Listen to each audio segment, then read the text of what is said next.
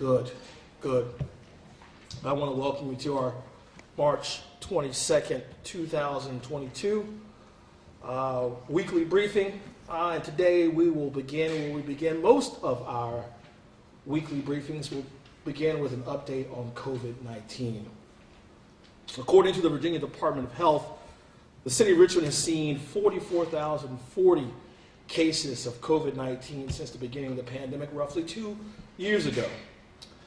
And the health department has stated that we've seen a decline in our 7-day average of new daily cases, which stands at 13.1. Now, per our custom here, I'd like to take a moment of silence, pause for a few moments to remember the 482 members of our community we've lost over the course of this pandemic over the last 2 years.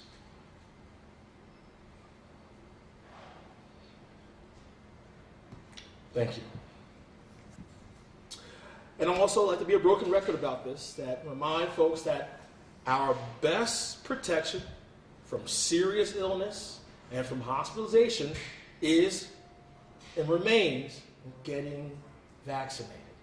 Getting vaccinated. So, if you are not vaccinated and boosted, there are some vaccination and testing opportunities available to you. As always, please go to www.vax.rchd.com or continue to call our hotline at 804-205-3501. Now, as we see our COVID numbers continue to decrease, we have waived mask wearing here in city-owned buildings, places like City Hall.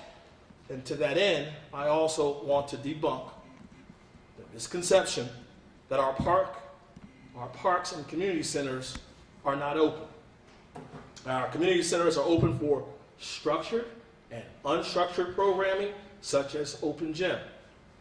Here to tell us a little bit more about what our community centers are up to is my good friend Chris Frelke, the Department of Parks and Recreation, their director. Chris? Good afternoon, everyone, and I've actually brought some more of my team here to sort of share all the different things that we do have going on in the city. As the mayor alluded, we are open back up, and we have lots of programs, structured and unstructured, for our community. First of all, we will be starting our tennis, soccer, baseball, and yes, CarMax Outdoor Summer League will be back this summer. In addition, we'll be working with CarMax to be doing a summer camp for the first time with kids ages 8 to 11. That program will be starting July 19th, and then we'll be working with the older teenage groups, 12 through 14th, August 7th through the 5th. So those are some of the new things that we have sports-wise that are opening back up. We also will have our pools open. Hopefully we will not need to jump into the pool again. Oh, I plan on. All right, well, we will be doing that to try to get some more lifeguards. We are always in need. Full suit. So, and we're excited about the mayor's proposed budget of raising our starting salaries to $17 an hour. That will be huge in trying to get us to help attract the talented workforce we need in our lifeguard pool. We're also doing something for the second year in a row, is opening up our pools Memorial Day weekend at 4 locations. This is the second time since the 70s that Richmond has been able to open up our facilities to our public, and this will be at Hotchkiss, Randolph, Blackwell, and Fairmont Pool. So if, again, we'll do the shameless plug, we always are in need of lifeguards so that we can make sure we can keep hours open and have our pools safe for all of our individuals. With that, I will now turn over to Ryan Wren to give an update on all the ARPA funding and where we're at, especially with the new community centers and that process. Thank you very much. My name is Ryan Wren. I'm the Economic Development Business Services Manager for the Department of Parks and Recreation. And I'm just here to provide a quick update on TB Smith and Lux Field, the 2 new community centers that are being supported by ARPA funding. We held our first community meetings on Saturday, March 1st, and we had a pretty good turnout, but we still need to hear more from the community. So I'm here to get you to write down a website, rva.gov/parks-recreation. If you go to our website under the American Rescue Plan tab, there are surveys for community feedback for both of these community centers, and we really need to hear from folks in the 7th and 8th District who live closest to these places so that we can build centers that you'd like to see. Responses for this first round of surveys will be open until April 14th, and then we will have 2 more upcoming meetings. On April 23rd, which is a Saturday at 10 a.m., we will be at Lux Field. At 2 p.m., we will be at TB Smith. And then on Saturday, June 4th, we will again be at Lux Field at 10 a.m. and at TB Smith at 2 p.m. And there will be another intervening survey in between to look at the actual conceptual designs for these new facilities. Thank you.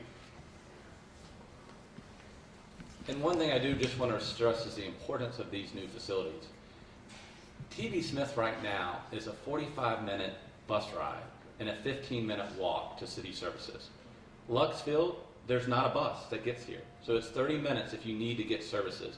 We want to bring services to the people under the vision of the mayor, and we want to hear what services the individuals want. So it's critical that we hear this kind of information from the community of what they'd like to see so that we can bring what their needs are to them. Next, I have the pleasure of introducing Ms. Rakia Cooper Wajid to discuss some of the great summer programs that we have going on. Good afternoon, I'm Rakia Wajid. I'm a division manager for Richmond Parks and Recreation. I want to speak to you a little bit about our summer camps. So our Great Summer Escape Summer Camp registration begins on May 2nd. The camp runs from July 5th through August 1st. August 19th, I'm sorry. There are 2 sessions. It's $200 per session for City of Richmond residents and $225 per session for non-city residents.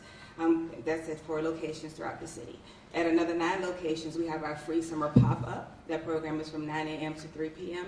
It is free for all City of Richmond residents. Meals will be served from all children ages 1 through 18, provided by the USDA. I'm going to bring up Priscilla Wright. Hello, Priscilla Wright, also Recreation Manager here. We also, because I'm short, we also have our Cultural Arts Division. Oh, thank you. Our Pine Camp Summer Impact will be from ages 6 to 12 and operate 3 weeks for 2 sessions.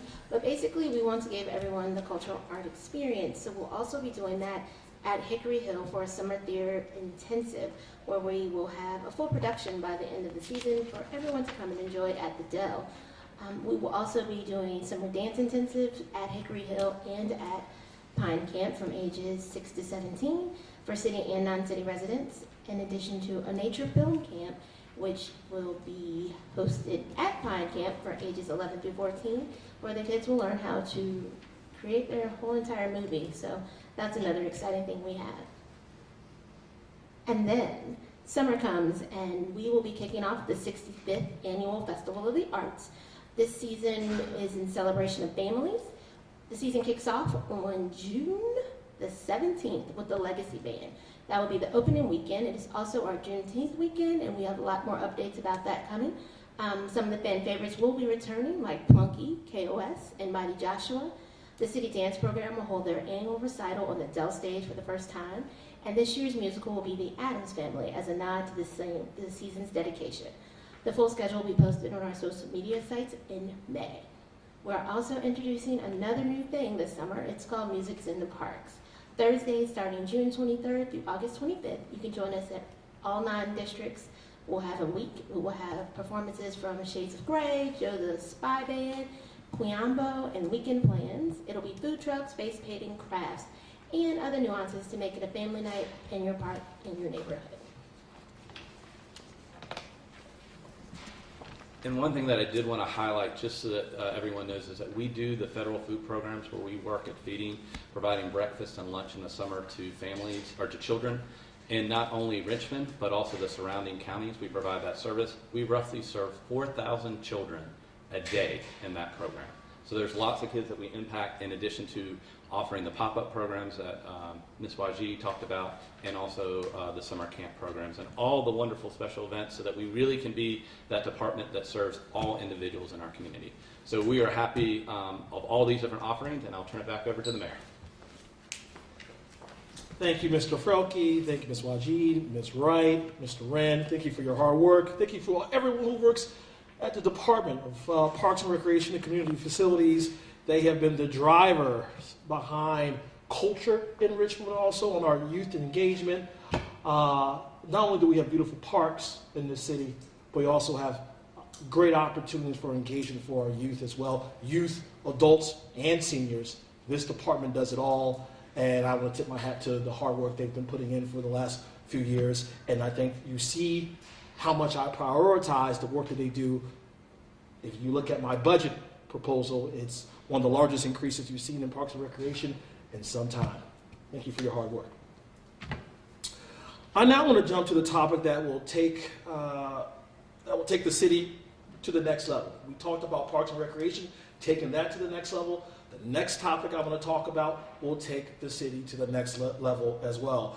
And that topic is relating to accountability and resident engagement. That's the establishment of the Civilian Citizen Review Board, CRB.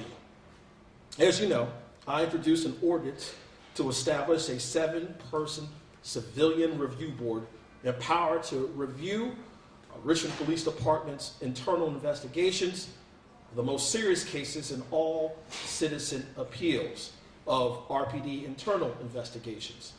The CRB will be independent of the police department and have the right to request subpoenas, which is authorized under state law. They will also be able to hire outside investigators to conduct these investigations. It is important to note this CRB is established under the maximum authority allowed by the laws of the Commonwealth of Virginia. The maximum authority. Last week, we released a frequently asked questions document, and I want to just take some time today to address a few of the questions that we hear a lot from those in the public and from those in the media.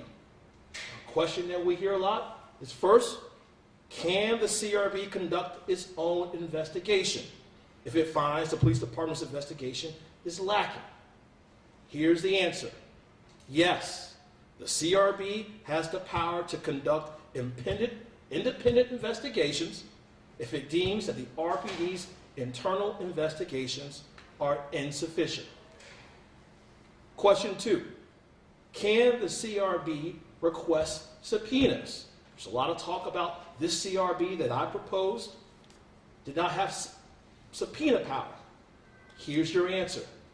My proposal states that yes, you can request a subpoena from the Richmond Circuit Court. The state law specifically says, and I quote, the CRB may apply to the Circuit Court for the locality for a subpoena compelling the attendance of such witness or the production of such books, papers, and other evidence. And the court may, upon good cause shown, cause the subpoena to be issued, end quote. That is in the Code of the Commonwealth of Virginia, giving subpoena authority to, giving the opportunity to request a subpoena to the CRB. All right? Question 3. Why can't the CRB issue its own subpoenas? State law does not allow CRBs to directly issue subpoenas, as I stated just a minute ago. All right? So this CRB has the maximum authority allowed under the Commonwealth of Virginia's laws. Another question that we hear a lot of, will the board be a part of the Richmond Police Department? The answer to that question is no.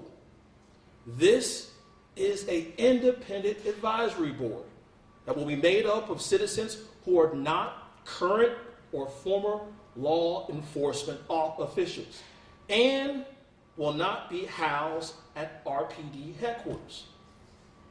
It will be supported by a full-time, experienced staff member who is a part of the city's Inspector General's office, not the RPD, the Inspector General's office, which is under the authority of the Richmond City Council.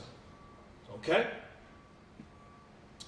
Now, the police department will provide a liaison who will not be a member of the CRB, which means the person cannot vote or make other decisions on behalf of the CRB, but will help to answer board members' questions and facilitate communication between the board and the RPD. Examples like answer questions about police policy, about procedure, or even jargon. Okay? Question: who can serve on the CRB? Getting a lot of questions about that. Who can serve on the CRB? Richmond residents who are not current or past law enforcement officials, or the family members of officers can serve on the CRB. The board shall reflect the demographic diversity of our great city as required by state law. Board members must also be current residents of the city of Richmond for at least 5 of the last 10 years. That's who can serve on the CRB. Okay? Now, if you have any additional questions about the CRB, we will gladly answer them in our Q&A portion of our briefing today. But that right there is just some of the questions that we've been receiving since the proposal that this administration made a week ago. And so hopefully that answers some of the questions out there for those at home, but also for those here in the media as well. Okay, moving from the CRB to the conversation around school construction. Last week, some of you may know, hopefully you read it. Some of you may have read the letter that I sent to the City of Richmond's City Council President and Vice President, and to the RPS Board and Vice Chair, outlining the need for us to work together to continue to build schools in a timely fashion that respects our children's right to learn in quality, safe, 21st century buildings. Now, there are several, when I say several, I mean several misconceptions floating around about cost, about time, and about the real need for collaboration. Baffles me. But we're going to dig a little bit deeper and sort of combat some of those misconceptions today. We're going to clear up these misconceptions before tonight's meeting amongst the City Council and the school board, which I want you all to know that I was not invited to. But I have an opportunity to speak to you all today. Okay? I'm going to ask the Chief Administrative Officer, Lincoln Saunders, to join me up here so we can have a healthy conversation about our school construction plans in conjunction with Richmond Public Schools, if they're willing. As I stated in my letter last week, our offer from last summer, let me stress, last summer to build schools that RPS designs still stands. Still stands. I understand that the school board wants full control over school design. And I absolutely believe that the way schools are designed should be left to the experts in instruction, meaning Richmond Public Schools. They will have to use these schools each day and every day to educate our kids. And the principals and the teachers and the academic leaders should have the complete creative control over the design of these facilities. I wholeheartedly believe in that. But based on what we know today, if RPS continues to maintain its current position against collaboration and sticking with their current construction method, which is design, bid, build, the school would almost certainly not be completed before March of 2027. And we're talking specifically about George Wythe High School. March of 2027. Now, if the city government, and Richmond Public Schools were to work together and collaborate on George Wythe, utilizing the city's approved construction method, the school could be complete as soon as July or August of 2025. As you recall, we had an earlier timeline a year ago, which was 2024. But since we have not seen any progress since last year, that timeline now, the earliest we could make that facility happen for our children is August of 2025, working together. Additionally, if the city and RPS were to collaborate and work together, Fox Elementary School, the school could be completed by July or August of 2024 compared to January 2026 if RPS sticks with their current process of design, bid, build. Okay? See the difference there, difference in timelines. And all this could happen if we were to work together, like we've done so in the past. I know many parents have asked the question, why does it matter who builds it? Why does that change the amount of time it takes to build a school? And the reason is very simple. While I believe our staff are more than ready and prepared to manage construction, a construction project of this size, the impact of the time of construction is overwhelmingly a product of the construction method that you choose to use. I've mentioned already today, design, bid, build, which has a longer timeline. There are two primary methods approved by the state for school construction. You got design, bid, build, and construction management at risk, CMS at risk. As you can read in any JLARC study out there from a few years back, each has its benefits, its pros and its cons. But when time is a critical factor, and I would say the families at Fox, the families at With,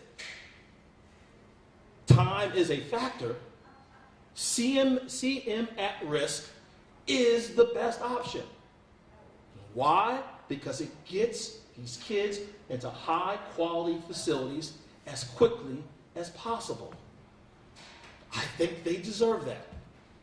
And what I hear from those who support the school board and believe that our kids can't wait, well, we agree on that. Our kids can't wait. Now, the major difference between the two methods is that under design, bid, build, you finalize 100% of the design before you go to bid for construction. 100% before you go to construction. When you do CM at risk, you begin the early phases of construction, such as site prep, while you finalize the design. It lets the two processes move concurrently.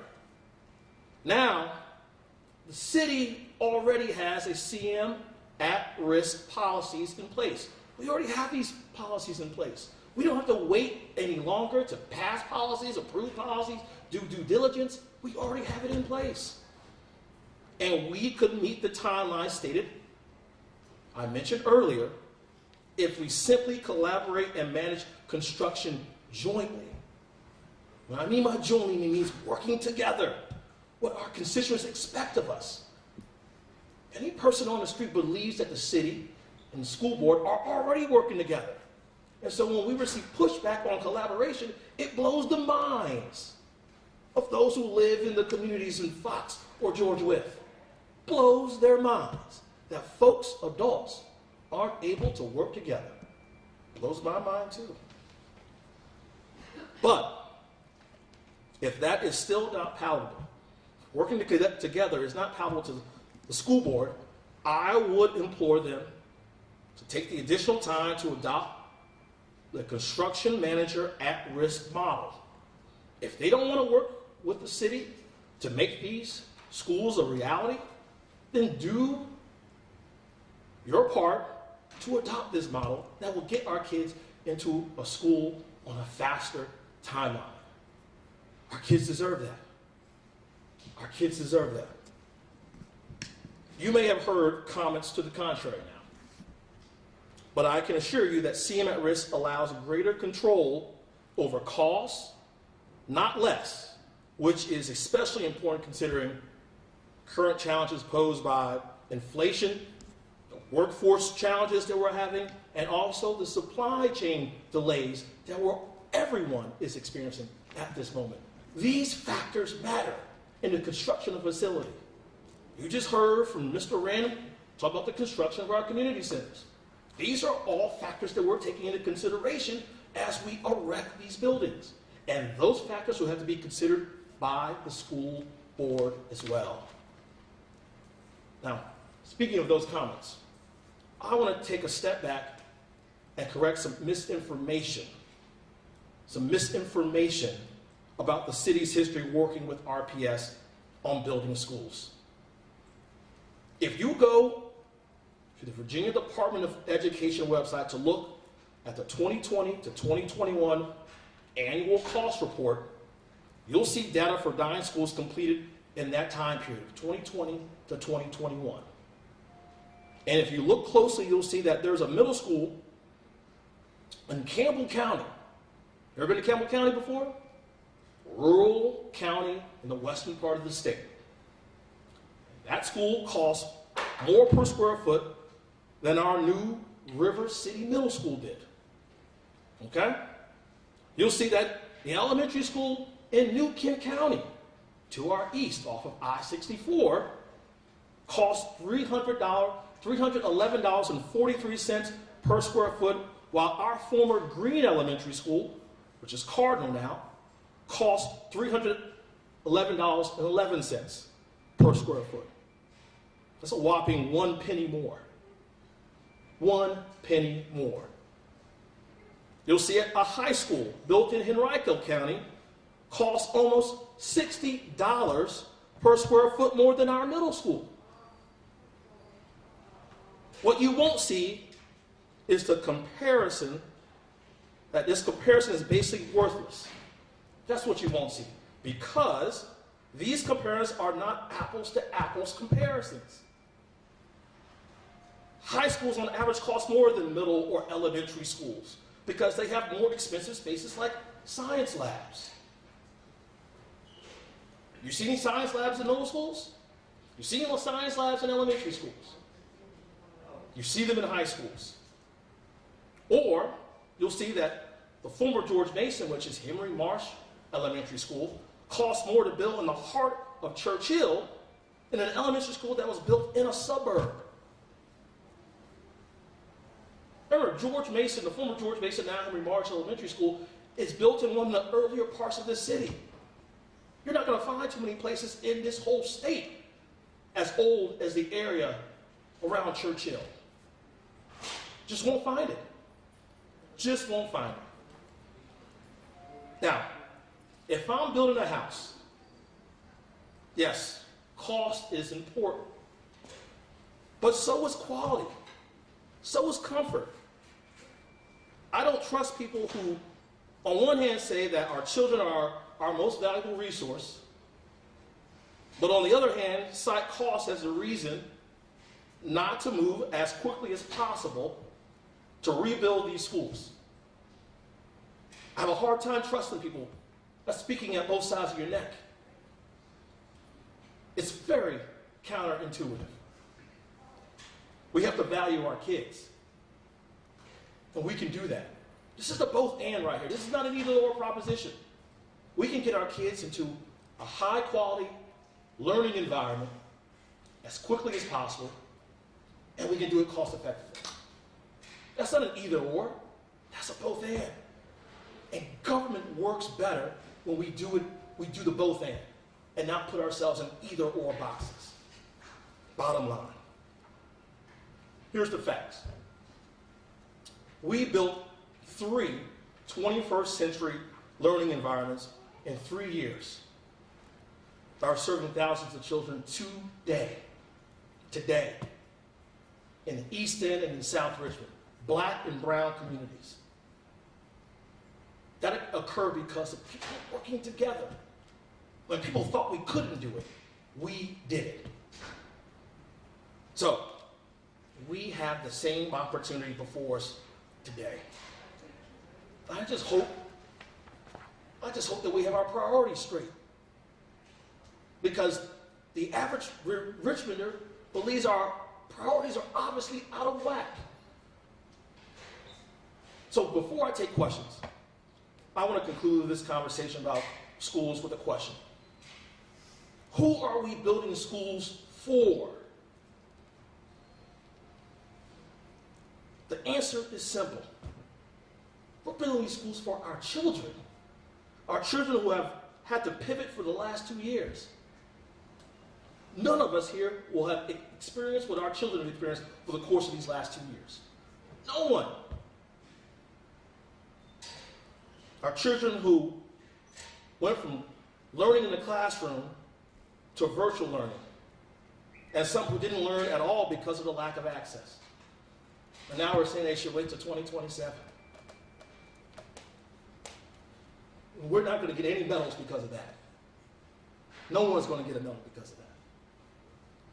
So, when we have a proven track record of building faster and building better schools, why would anyone question that? We must put the petty politics aside and put our children first. That means compromise and collaborate and work together in unity for one cause, the cause of ensuring our children get the best and they get the most. The best and the most. Unfortunately, we've been a community that have given our children less and less. Now, I think if you look at our track record, we're trying to give our children the best and the most. There's no doubt in my mind the school board and the city council can do that. They go into this meeting tonight with that being the number one priority. With that, we'll take some questions. So my question, I have a couple questions. First,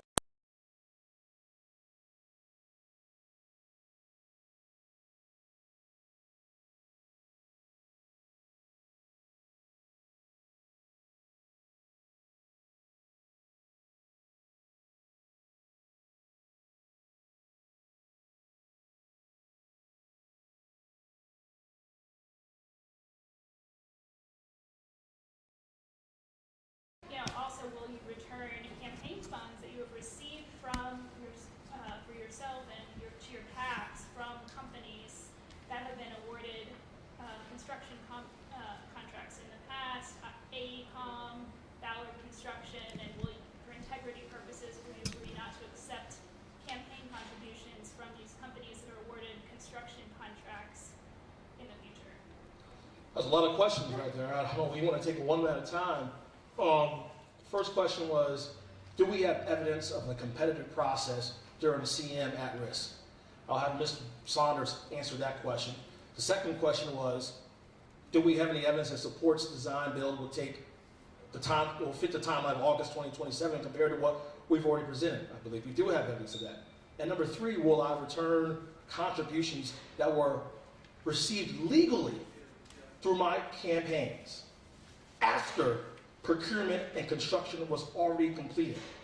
As I've said before, whether it was around Confederate monuments as well, my office has nothing to do with procurement in the city of Richmond. We have a whole procurement office that handles that.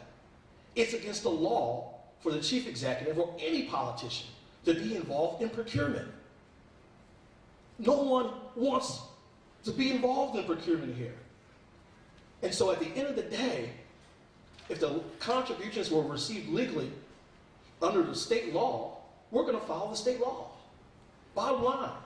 So for all those individuals out there who want to poison the process of building these schools faster by putting out accusations like that are totally unfounded, shame on you. Shame on you. Now let's get to the real facts of how we build a school. Thank you, Mayor. Good afternoon, everybody. My name is Lincoln Saunders, Chief Administrative Officer for the City of Richmond. First of all, I just need to correct the framing of your statement. Construction manager at risk is a competitive procurement process. It is one of the 3 procurement processes authorized by the Commonwealth of Virginia for construction projects. You can go to the JLARC study and review the various comments, and I'll read from them here in a minute, but in the building of the 3 schools during the mayor's last term, CM at Risk was done as a competitive procurement process. We have said that over and over again. The only individuals who are aware of either who had bid or the scoring of those bids were those who were on that panel, including school staff on their facilities management side, as well as the city procurement staff. It is a completely competitive and authorized process under the Commonwealth of Virginia. Furthermore, speaking from that JLARC study that the mayor mentioned earlier, I will pull a quote from Appendix E, page 109. The staff did note that the use of alternative methods, and alternative methods assumes that design bid build is the primary method. So turning back to particularly construction manager at risk was advantageous for especially complex or time-sensitive projects because of the ability to generate a general contractor, to include a general contractor in the initial design, scoping, and scheduling of a project, minimize the risk of future change orders or other problems. There's more I can cite from there.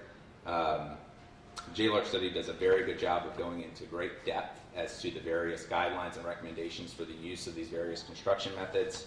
I would add that if you look at their appendix, here we go, table E2 of their appendix E of the JLARC study, they showed that the average cost for design bid build projects was $5.6 million in the Commonwealth. Design build, which is again that their process is $10.5 million, and construction manager at risk average cost was $32.2 million. So you can kind of get a sense of why CM at risk is used for our larger scale projects. They actually recommend you only use it in projects over $10 million in value. George Wythe at last estimates is in the ballpark of $150 million or more today. The other advantage of CM at risk today is you lock in your price early in an area of and so you lock it in as a max price. And in a era of high inflation, that is incredibly advantageous from a construction process. You asked if we had any evidence. This is a document prepared by those on city staff who are experts in construction.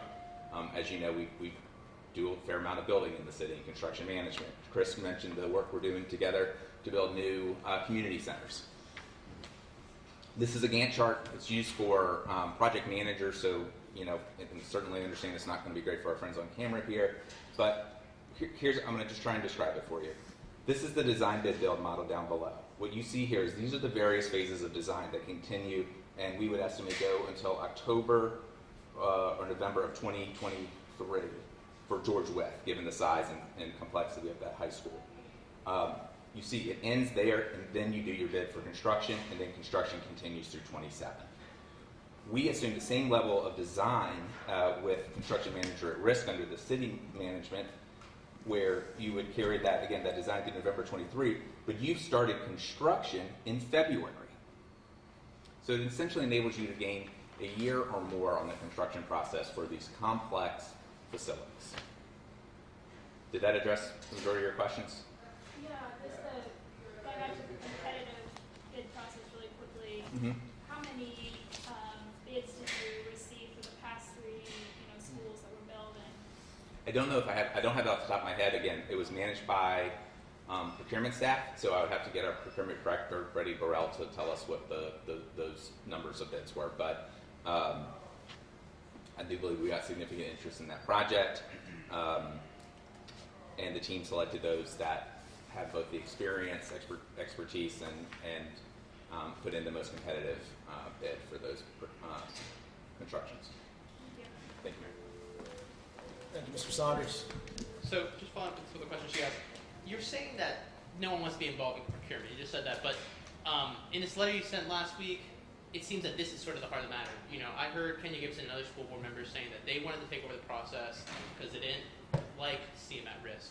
Because of what? Because they didn't like CM at risk. They thought it led to cost overruns and it was uncompetitive. What you're saying is factually incorrect. But what is then the heart of the matter? If it's not about procurement, and you're saying it's getting the schools built sooner, but this was delayed. You're not even talking about Woodville, which was talked about in your first term. What's the point? I got you. So what's the heart of the matter between schools and city government when it comes to the construction of building schools? When it comes to building schools, first, want to remind you that city government and schools have built 3 schools already. Okay? Let's go back, and I think you should go back into the annals of the Richmond Times-Dispatch and look at the stories written by Mark Robinson and Justin Mattingly as well, when they talk about what I did in 2018. In 2018, I went before the public and requested that we raise the mills tax to create $150 million worth of financing to build schools in Richmond. The school board put together a facilities plan that featured 5 schools. Did I have a say on those 5 schools? No. The school board voted to approve a 5-school plan. That 5-school plan exceeded the amount of dollars of the $150 million we had in financing. So the school board had to make some very tough decisions. Do they build Woodfield? Do they build Fairfield?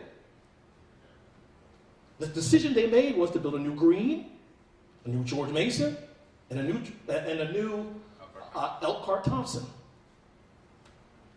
So there were some schools that were on that 5-school list that there was no money for. But they made that tough decision. They wanted us to find the gap between the $150 million to build these 2 new schools. The city council, my administration, could not find the dollars. City council refused to raise further taxes, so we were at $150 million. So it's what can you do with the $150 million?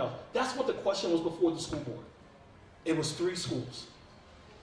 So when people say, oh, well, Woodville was left off the list, George Wythe was left off the list, it's because the school board decided to build 3 new schools that could fit the $150 million. Really, what the heart of this is? Math.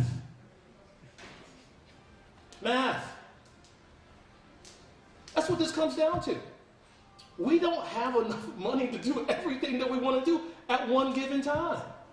And so hard decisions have to be made. I made the hard decision to ask the people, the patrons at our restaurants, for more money. And they had to make the hard decision to pick what schools they wanted to get built. Now, it's rich to me to come back 3 or 4 years later, after 2018, and say, well, George Wythe didn't get built, or Woodville didn't get built, because we didn't have the money to build them.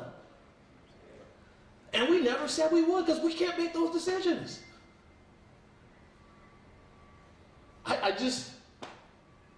That's why we have to look at the history, right? This is history and math now.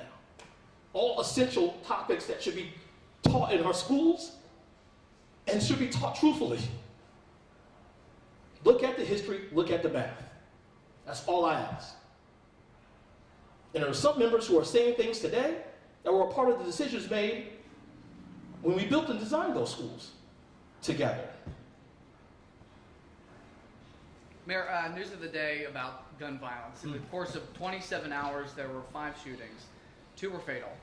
The homicide rate for gun violence this year is on track. It matches what it was at this time last year. So if you can, explain why the homicide rate is the same as it was last year, despite the city spending millions of dollars from ARPA funding and looking for these violence interrupters to help solve the problem. And then I have a question about the civilian review board. But that great question. So Ben just asked that we had a fatal weekend where we lost 2 lives, a number of shootings, over 7, I believe. And why are we seeing the same occurrences of last year occur in 2022? Well, first, just because we declare gun violence a public health crisis, just because we put money into violence interrupters, buyback program, We Matter RVA through DCGS, doesn't mean that we're going to solve the issue of gun violence overnight. We're not going to do that. You look at all these other cities who are experiencing the same thing we're experiencing right now, they're not solving it overnight. And I wish I could go to the parents of a child that was lost to gun violence and say, you know, we have the silver bullet, we have the magic wand, that we're going to solve this overnight. It's not going to be overnight. I said that to you at the end of 2021, and I'm saying it to you 3 months later. It's not going to be overnight. How long do you think it might take? I'm not a social scientist. I'm not a criminologist. I can't tell you how long it's going to take. But I guess what I can tell you this, But what we're doing is the right thing. We're throwing the kitchen sink at this issue, which has been an epidemic for generations. And I want the results as quickly as anyone else in the city does. My heart aches every time we lose a life in the city. But I can't sit here and tell you what you want to hear. What families may want to hear is that tomorrow, next week, next month, next year, is all going to be solved. I can't tell you that. I would be dishonest if I told you that. But what I can tell you is that we're going to redouble, triple our efforts to make sure we don't lose lives in the city.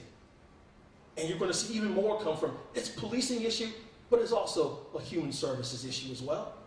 We've recognized that. We can't use the same techniques that we used in the 1990s and think we're going to solve this issue.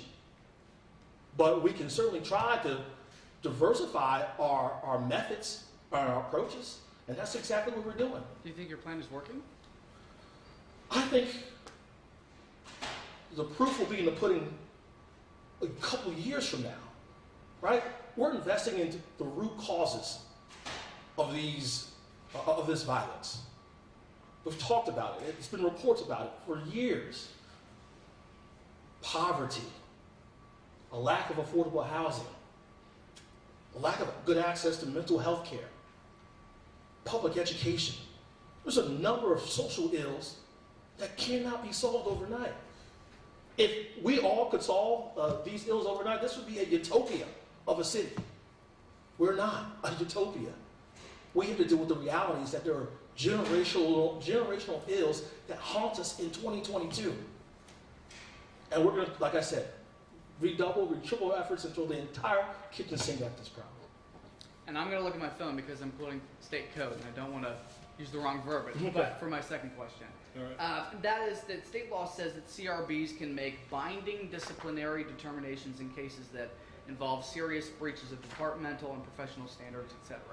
You say your plan for the CRB allows them to have power at the maximum extent of the law.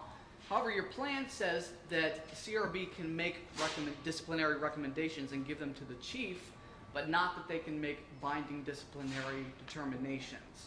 So what's the discrepancy here? Well, the discrepancy, I think, Ben, I was talking about when the maximum in terms of subpoena power, because this is what was called for years now, is that these departments be independent, these civilian review boards be independent, and they have subpoena power. They have both. They are independent, they have subpoena power as well. Now, I believe that the proposal that we have on the table before the City Council matches the needs for the city of Richmond. As Dr. Pelfrey has pointed out, some of the recommendations that were made in the past to the City Council looked at Richmond as if it was a New Orleans, as if it was a Minneapolis, under consent decrees by the Department of Justice. And that's not the case here in Richmond. I believe when you look at the complaint status from the past, the amounts we've received, both internally and externally, the proposal that we have on the table fits the city of Richmond. And it's the only proposal we have on the table. Would you consider giving them that authority to make those binding disciplinary decisions? I think that the question was, would I consider giving them those binding decisions? I think the proposal we have on the table is a good damn proposal. So no? I'm willing to have the discussions, but I think the proposal right now that we have fits the city of Richmond. Take one more. Another CRB question. This is the longest one we've ever had. It is. Can you remind us how exactly will the CRB be appointed? I believe the question was, how will the CRB be appointed? I believe 3 members from the city council, 3 appointments from the office of the mayor, and 1 appointment from the chief of police. Let's follow up to that. You say it's independent, but do you feel that it will be fully independent if you've got, you and your chief get a majority to choose the majority of the members? Well, what if the city council had the majority? Would it be independent then? Well, 9 members rather than, the executive and, his chief that he appoints. Well, I've always believed when you look at the alphabet soup of Richmond city government, whether it's RHA or GRTC, or I can name some more alphabets if you want me to. I can do the whole A through Z if necessary. But the lack of executive appointments is problematic. right? You are here asking me questions about gun violence and all these other issues, and yet the executive gets no appointments? Doesn't seem right to me. What do you think? Well, I'm not asking you the question. Okay, I thought so. Thank you, everyone.